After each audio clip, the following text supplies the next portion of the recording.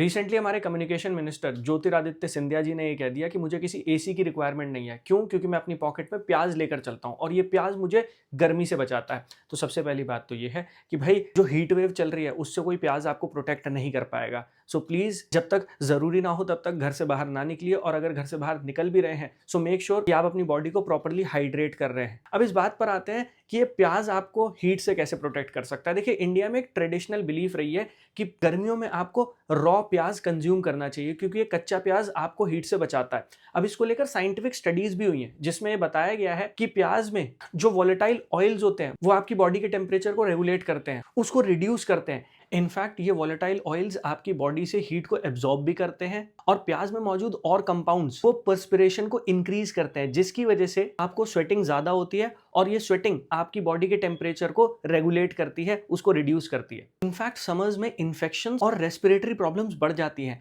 और ये भी देखा गया है कि अगर आप अपनी डाइट में कच्चा प्याज इंक्लूड करते हैं तो ये रेस्पिरेटरी प्रॉब्लम्स और ये इन्फेक्शंस भी रिड्यूस हो जाते हैं। तो हाँ, प्याज के बहुत सारे फायदे जरूर हैं, लेकिन इसका मतलब ये नहीं है कि हीट वेव की सिचुएशन में आप अपनी पॉकेट में बस एक प्याज लेकर निकल जाएंगे और सोचेंगे कि आपको कुछ नहीं होगा। गर्मी इतनी ज्यादा है कि अपने आप को प्रोटेक्ट करके रखिए, और हाँ, एसी की रिक्वायरमेंट है तो एसी चला लीजिए।